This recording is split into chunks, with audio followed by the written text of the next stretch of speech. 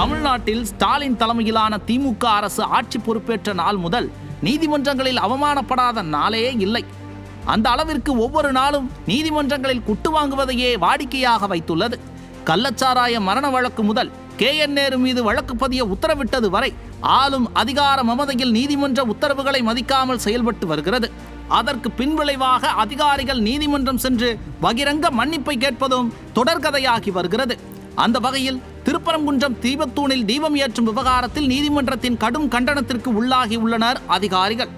இது தொடர்பாக நடைபெற்ற வழக்கு விசாரணையில் நான் ஏமாற்றப்பட்டதாகவே எனக்கு தோன்றுகிறது என நீதிபதி சுவாமிநாதன் கூறியிருப்பது அரசின் செயல்பாடுகள் நீதிமன்ற நம்பிக்கையை எவ்வளவு சிதைத்துள்ளன என்பதை காட்டுகிறது. காதல் மற்றும் போரில் மட்டுமல்ல, நீதிமன்ற வழக்குகளிலும் எல்லாமே நியாயமே என்ற அவரது வேதனையான கருத்து அரசின் சட்ட நடவடிக்கைகளின் நேர்மையின்மையை வெளிப்படுத்துகிறது.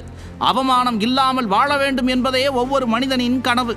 ஆனால் மக்களால் தேர்ந்தெடுக்கப்பட்ட ஒரு அரசு தன் கடமையை முறையாக செய்யாமல் ஆட்சி அதிகார மமதையில் நீதிமன்ற உத்தரவுகளை அவமதித்துவிட்டு அந்த நீதிமன்றத்திலேயே மன்னிப்பு கேட்டு அவமானப்படுவது ஓட்டளித்த மக்களையே அவமானப்படுத்துவதாகும் என்ற விமர்சனங்களும் எழுந்துள்ளன.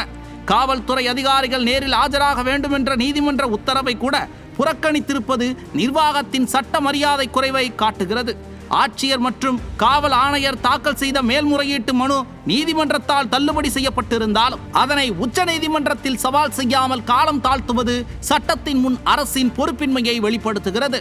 இவ்வாறு திமுக அரசு நீதிமன்றங்களில் அடிக்கடி சிக்கிக் கொண்டிருப்பது மக்கள் மனதில் பெரும் கேள்விகளை எழுப்புகிறது. நீதிமன்ற உத்தரவுகளை மதிக்காமல் சட்டத்தை தங்கள் வசமாக மாற்ற முயலும் நிர்வாகம் ஜனநாயகத்தின் அடிப்படை மதிப்புகளை சிதைக்கிறது.